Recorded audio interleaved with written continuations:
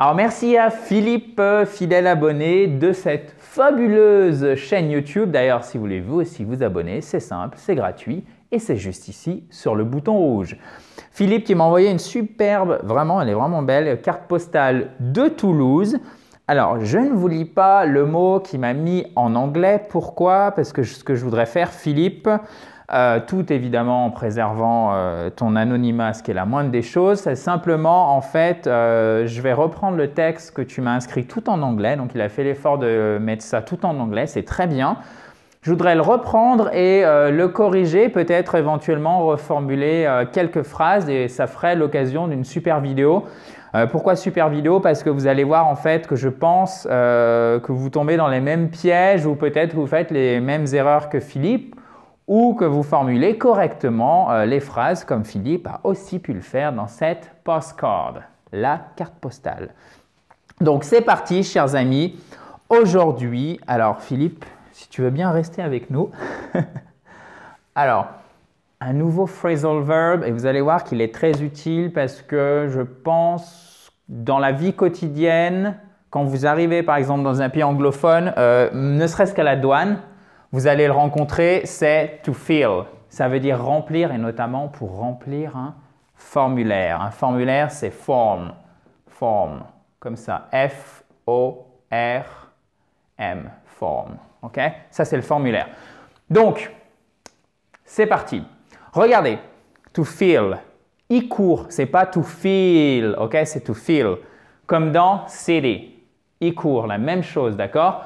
Ça veut dire remplir, remplir au sens propre comme au sens figuré. Remplir une piscine d'eau, c'est to fill, ok?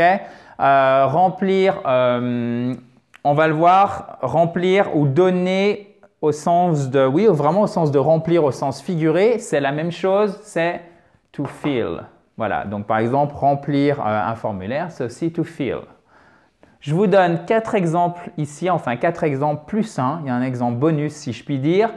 Et ça, ce ne sont que quelques exemples de to fill auxquels on a rajouté in, d'accord? Puisque je vous rappelle, chers amis, qu'un phrasal verb, ça se compose de la façon suivante. Vous avez votre verbe de base, d'accord, to fill, et on rajoute une proposition, par exemple, in, up, out, etc., etc. Voilà, donc là, on va voir to fill plus in, parce qu'il y a de nombreux exemples, ne serait-ce qu'avec ce phrasal verb, à connaître. Mais en attendant, si vous ne l'avez pas encore fait, vous pouvez bien évidemment télécharger votre kit complet pour vous mettre ou pour vous remettre à l'anglais. Alors pour ceci, rien de plus facile, vous avez un lien juste en bas ou vous cliquez sur le i en haut à droite. Vous pouvez bien évidemment aussi vous abonner à la fabuleuse chaîne YouTube en cliquant sur le bouton rouge juste en bas à droite et nous rejoindre sur Facebook, toujours en cliquant sur le i en haut à droite. Alors regardez, to fill someone in.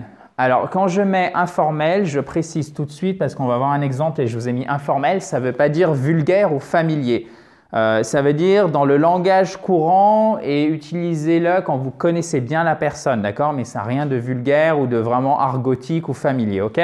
Donc, to fill someone in, ça veut dire donner les détails à propos de quelque chose à quelqu'un, d'accord? To give someone the details about something. Okay, expliquer la situation à quelqu'un. Ça, c'est typiquement, par exemple, ce que vous allez voir dans un film policier où la personne va dire à son collègue « Ok, fill me in, fill me in. Ok, explique-moi, qu'est-ce qui se passe? Tiens, littéralement, mets-moi au courant de la situation. Fill me in. » L'anglais, comme d'habitude, est toujours plus concis. Ensuite, le deuxième exemple, alors celui-ci, vous allez voir qu'il est particulièrement utile, ne serait-ce que quand vous arrivez à la douane, donc si vous allez, par exemple, aux États-Unis. Regardez. Please fill in your name. Merci de mettre votre nom. Donc ça, c'est utilisé pour n'importe quel formulaire sur Internet, pour une administration, comme je vous disais à la douane. Donc par exemple, please fill in your name and address. Donc address, 2D, 2S et pas de E à la fin. D'accord? Donc faites bien attention à ça. Address. Pardon. Pourquoi je fais comme ça? Parce qu'en British English, en fait, qu'est-ce qui se passe? L'accentuation, elle se fait sur cette partie du mot. Donc, on dira address, address. Et en American English, qu'est-ce qu'on va faire? On va faire l'accentuation non pas sur la seconde partie du mot, mais sur la première. Address, address, d'accord? Address, plus comme à la française, alors qu'en British English, ça sera address, address, address, address. En American English, et address en British English. Donc, faites bien la distinction, s'il vous plaît. C'est entre guillemets, et ben non, en fait, c'est important. Pourquoi? Parce que si vous dites un Américain, alors peut-être que ça passe, mais pas tout le temps. Si vous dites address, il y a des chances qu'ils ne vous comprennent pas. Mais si vous dites bien address, là, vous êtes compris à 100%, même si votre accent n'est pas parfait. Donc ça, c'est un des secrets de la prononciation. Passons maintenant au troisième exemple. The pool was filled in. Donc, to fill in something, ça veut dire remplir quelque chose. Ça peut être a glass of water, un verre d'eau. A glass of, pas of, mais of, water. Et comme d'habitude, en American English, ils adorent faire ça. Le T, lorsqu'il est entre deux voyelles, notamment comme dans water, water, en British English, et water, water. Il devient presque un D. A glass of water. OK? Donc, to fill in a glass. To fill in a pool. Remplir une piscine. Et là, pourquoi je vous l'ai mis à la forme passive? La piscine a été remplie, puisqu'en français, on aura tendance à utiliser le on impersonnel. On a rempli la piscine. En anglais, pour traduire ça, on utilise la forme passive. Regardez, c'est le contraire. Boom. The pool. La piscine, tac. The pool was filled in. On a rempli la piscine, littéralement, la piscine a été remplie. Filled in. OK? Ensuite, ça signifie aussi remplacer. To fill in for someone. OK? She will fill in for him. Elle le remplacera. Et l'exemple bonus, toujours avec remplacer. I'm just filling in. Je suis juste le remplaçant, je suis juste la remplaçante, vous voyez? Et là, il y a une chose qui est très intéressante au niveau de la prononciation, puisqu'on est là pour parler l'anglais rapidement. Regardez, c'est que l'accent tonique, il est sur la première partie ici du verbe. Et pourquoi c'est hyper important? Parce que du coup, on va dire, écoutez, vous allez voir la différence et surtout essayez de le faire parce que ça ne sert à rien que j'explique si vous n'essayez pas. Encore une fois, il n'y a pas de ridicule, de bien, de moins bien. Il faut essayer, il faut oser, d'accord? Parce que sinon, vous ne ferez pas d'erreur et donc vous ne pourrez pas prononcer correctement petit à petit. OK? Chemin faisant, littéralement. I'm just fitting in. Fitting in, vous voyez? Fitting in. Puisque si vous dites, et si vous trompez l'accent tonique et vous le faites ici, regardez, ça nous donnerait I'm just fitting in. Fitting, mais c'est même dur à dire. I'm just fitting in. Fitting in. Et vous voyez, en fait, vous ne pouvez pas prononcer correctement parce qu'on a une redondance ici, on a une répétition de son. In, in. OK? In, in.